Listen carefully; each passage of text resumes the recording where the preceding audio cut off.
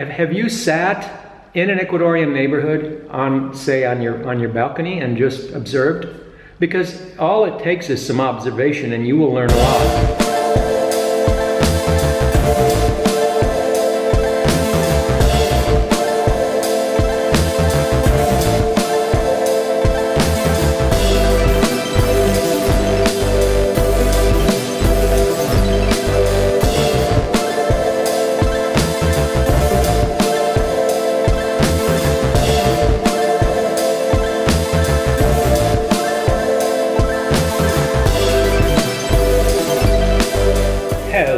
Dears, Frank and Angie are professional frugalists, life hackers, and live abroad enthusiasts. And today we're going to talk about your best life, whether that's in the US or abroad.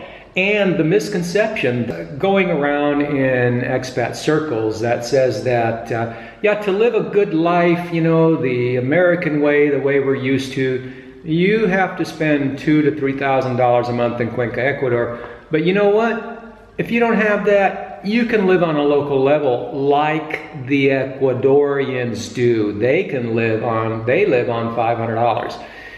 So what goes on in your mind when you hear that? The premise is that, sure, you can live on less if you do it like the Ecuadorians, but we don't have to do that. We can live according to how we were living in the States, even though it costs $2,000 to $3,000. We're happy with that. But is that true? Is it correct? As you know, I've never paid more than $300 for 3-bedroom houses, furnished and unfurnished. And you know that that's a fact, even outside of Ecuador. Panama's a little harder. But I hacked everything in Panama but the real estate. But there is a way to hack the real estate there, but that's another video. There's clearly a misconception in the gringo press that it's an either or. It's like, well, you can come to Cuenca and it's going to cost you $2,000 to $3,000 a month to live an American style life, but an abundant life. Or you can do it like the Ecuadorians, which I don't know if they really know what the Ecuadorians do, because they typically don't really live very close to the Ecuadorians. They live much closer to other gringos. Well, I've lived in Ecuadorian neighborhoods, and have you sat in an Ecuadorian neighborhood on your balcony and just observed?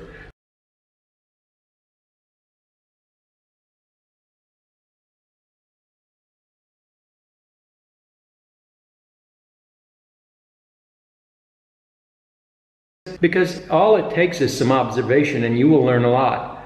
The Ecuadorians that live on that level, they're doing the laundry by hand. And, we had neighbors and friends and landlords that did things like this. They didn't have a washing machine. They don't have a dryer. Definitely not a dryer. And they also go from one room to the next. They only have one light bulb. And when they're exiting one room, they take the light bulb with them and go to the next room. Now, as a regular frugalist, you're being told you have to do those things in order to live well and live your best life abroad if you want to do it on less than what the RAM magazines are saying. Because the RAMs they're just bubbling stuff and their figures aren't going to jive. It's only a matter of time before the amounts you need to live there are going to be much higher than what they originally said. Case in point, you saw that they adjusted their figures for Panama upward. Whereas they just a short time ago were saying, oh yeah, you can live in Panama on $1,500. Now they adjusted it to twice as much. So where does one go from here? What do you do with this information? Well, I'm just here to tell you that it's erroneous and it's wrong. I was going to walk down that road, but I don't think I would make it. Either the car would make it or I would make it. I don't think I would win on that one.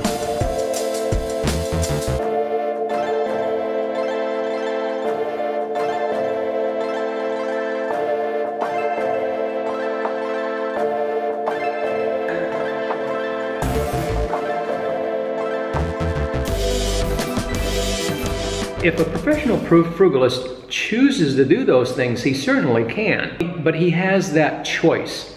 You know, he doesn't have to rely on minimalism or what's commonly understood as frugalism, which I refer to as regular frugalism, which would be what I just said, is basically doing and achieving what you're trying to get done on less. That's regular frugalism. But, you know, as a professional frugalist, we may or may not do those things. We have that choice, we have that option. We lived in Cuenca, we had a 4-bedroom house for $250, and we never went from room to room with one light bulb. I mean, you know, we could have done that if we wanted, but we never had to do that.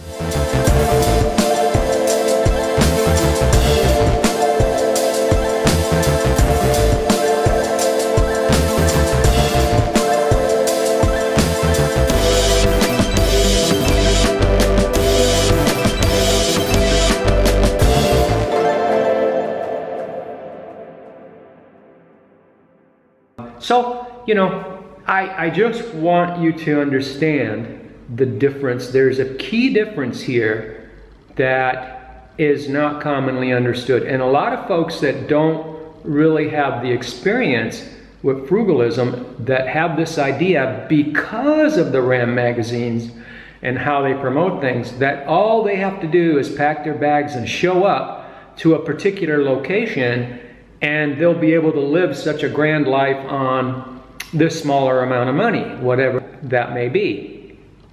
And I prove to you that that is completely incorrect and that it does not have anything to do with location. You don't have to go to Cuenca, Ecuador, where everybody else is going, and fight that bubble in order to achieve your best life. Whether that's abroad or in the States, you make that choice.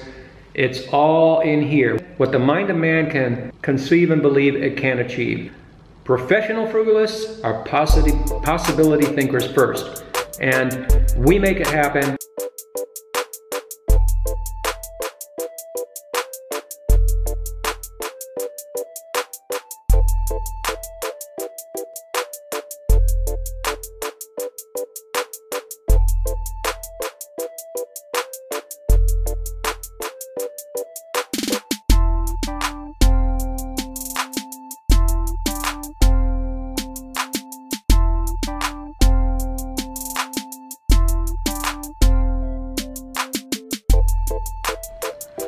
So guys, what am I saying? Well, what I'm saying is, if you've got a $2,000 or $3,000 a month retirement, you don't need Cuenca, Ecuador. I mean, you can go to Cuenca, Ecuador if you want, but if you're one of those that has tried the live abroad thing and it's just not your cup of tea, check out my program. I've got links below, check it out, and I can retire you in the States on $2 to $3 grand a month. You don't need Cuenca, Ecuador or any other place, Mexico, you know. But if you are interested in retiring in Cuenca, Ecuador or any of these other places, I can show you how to do it on half that. And that's in my program too. So check out the links below. You know what to do if you like the video, and have a wonderful day.